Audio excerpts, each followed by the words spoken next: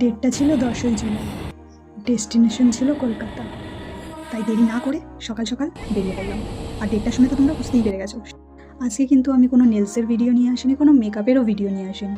আজকে কিন্তু একটা ছোট্ট ব্লগ আমি তোমাদের সাথে শেয়ার করতে চলে এসেছি, কারণ সেই দিনকে আমি এই সব ক্লিপগুলো নিয়ে রেখেছিলাম। তাই তোমাদের সাথে শেয়ার না করলে কি ভালো লাগে বলো। এখন আমরা আছি হাওড়া ব্রিজে। সেদিনকে সকাল সকাল কি রোদ বেরিয়ে গেছিলো। অবশ্য আমি চাইছিলাম যে বৃষ্টি যেন না হয় বেরোনোর সময়, কারণ আমি আবার না শাড়ি পরেছিলাম সেই কারণে। যদিও সেদিনকে অতটা কষ্টও হয়নি, কারণ সাঁতরাগাছি থেকে উবের করে নিয়েছিলাম। দেখো, কথা বলতে বলতে নাকতলা আশ্রমে পৌঁছে গেলাম। হ্যাঁ, গড়িয়ার নাকতলা আশ্রম। আমি ছোটোবেলা থেকে নাকি গুরু দাদু বলে জেনে এসেছি। আমার যত মনের কথা, যত সুখ দুঃখ সব কিছু শেয়ার করি। ছোটোবেলা থেকে এই মন্দিরের সাথে, এই আশ্রমের সাথে অনেক কিছু স্মৃতি জড়িয়ে আছে আমার। তাই ভাবলাম তোমাদের সাথে একটু শেয়ার করে নিই। এখন যে গাড়িটা দেখছো সেই গাড়িটা গুরু দাদুর গাড়ি। উনি যেখানেই যাতায়াত করতেন এই গাড়িটা করেই করতেন। দেখেছো, এত পুরনো গাড়ি এখনো কত সুন্দরভাবে সাজানো। আমার এই আশ্রমে গেলে সত্যিই মনটা ভালো হয়ে যায়। সেদিন কিন্তু আমরা ওখানেই ভোগ খেয়েছিলাম। ভোগে ছিল খিচুড়ি, পাঁচমিশালি তরকারি, পায়েস। সে কি স্বাদ! ওফ, অতুলনীয়। আমি ওখানে গেলে একটু করে বেশি খাই, কেন আমি জানি না, আজও সেটা বুঝে উঠতে পারিনি। ওইখানে ছোট্ট বাগানটা আমি তোমাদের সাথে একটু শেয়ার করলাম। দেখো কি সুন্দর পদ্ম ফুল গাছ লাগিয়েছে, এত সুন্দর লাগছে। তাই তোমাদের সাথে একটু শেয়ার না করে আমি থাকতে পারলাম না। তোমরা যদি কেউ এই আশ্রমে গিয়ে থাকো তাহলে অবশ্যই আমাকে কমেন্টে জানিও, তাহলে আমার খুব ভালো লাগবে। এত সুন্দর করে বাগানটাকে সাজিয়েছে যে আমি মুগ্ধ হয়ে গেছি। আর ওখানে কয়েকটা ছবিও তুলে নিয়েছি আমি।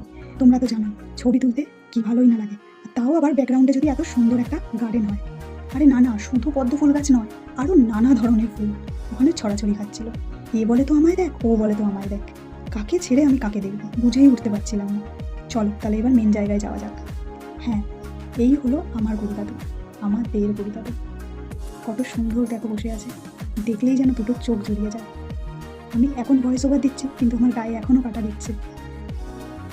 আরও কিছু কিছু জায়গা আমি তোমাদের সাথে শেয়ার করছি, তবে সব জায়গায় তো ফোন নিয়ে যাওয়া এলাও থাকে না। সেই জন্য আমি ছোটোবেলায় যখনই মামা বাড়িতে যেতাম তখনই দিদার হাত ধরে চলে আসতাম এই নাকতলা আশ্রমে, মন ভালো করার জন্য, গুরুদাদুর সাথে একটুখানি সময় কাটানোর জন্য।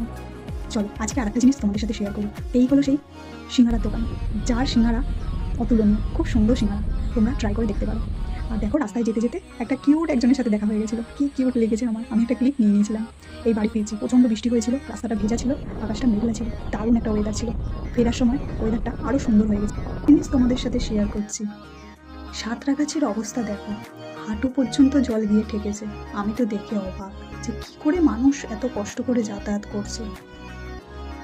আর আজকের মিনি ব্লগটা তোমাদের কেমন লাগলো অবশ্যই কিন্তু আমাকে জানিও। এরকম ব্লগ কি তোমরা আর দেখতে চাও? তাহলে কিন্তু আমাকে অবশ্যই কমেন্টে জানিও, তাহলে আমি এরকম মিনি ব্লগ আরও নিয়ে আসবো তোমাদের কাছে।